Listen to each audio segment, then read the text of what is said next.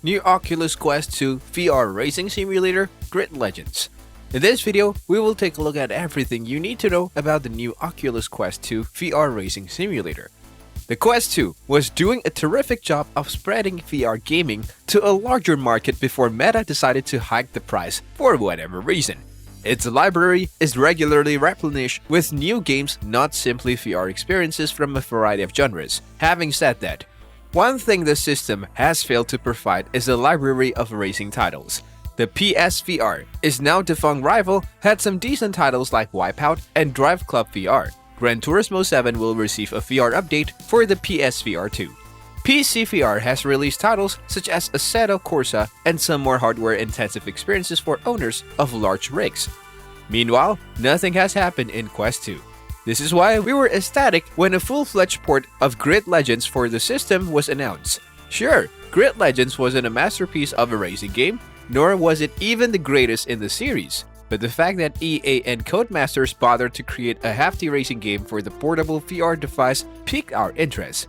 Our previous experience with an EA VR game was Star Wars Squadrons, which is still one of our favorite VR games of all time. So we are anticipating something fantastic from this transfer, especially given that Codemasters was behind it. The overall result felt like a monkey's paw making a wish. Sure, it's Grid Legends in its entirety on a VR device, but the sheer number of flaws and compromises in this port left us with a bad taste in our mouth. This is the finest thing about this port in particular. It is not a content compromise version of Grid Legends.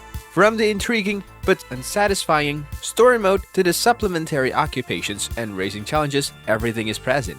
Online play is also available.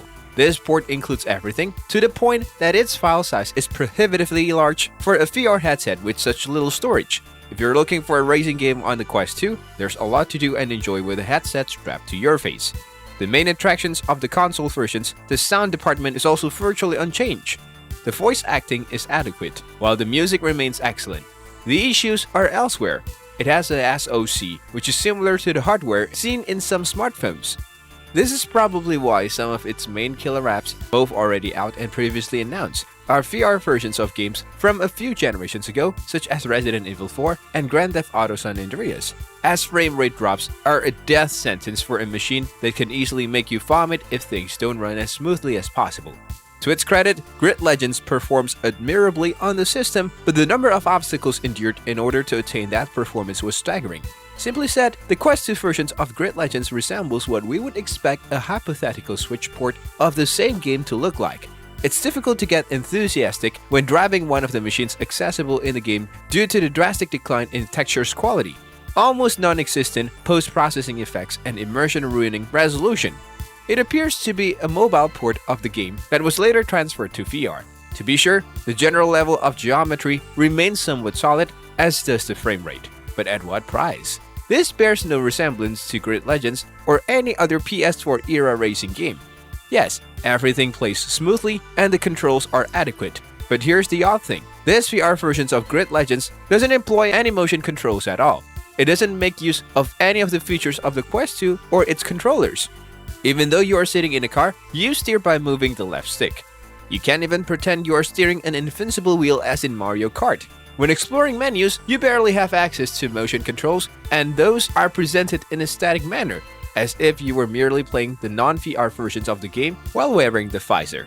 Driving convertibles makes Grid Legends slightly more immersive, but only marginally. Now we all know that I've previously emphasized that not every VR game requires a ton of immersion features in order to be enjoyable. We do believe that this is unique in this circumstance. Grid Legends does a poor job of even acquainting your brain and intestines with their environment, since you barely feel like you are within a VR game at all. The game's total lack of immersive features makes it feel like you are playing a never-released Switch port on a TV, with your face glued to the screen in an unhealthy manner.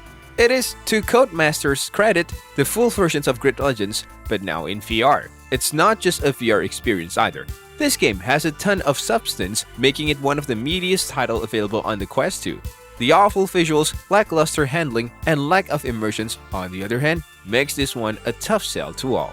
But the most die-hard VR fanatics, those who were anxiously anticipating a full-fledged racing sim on the device. It's still the best racing game on the Quest 2, but only because there's so little competition. And with that being said, it's time to end our video.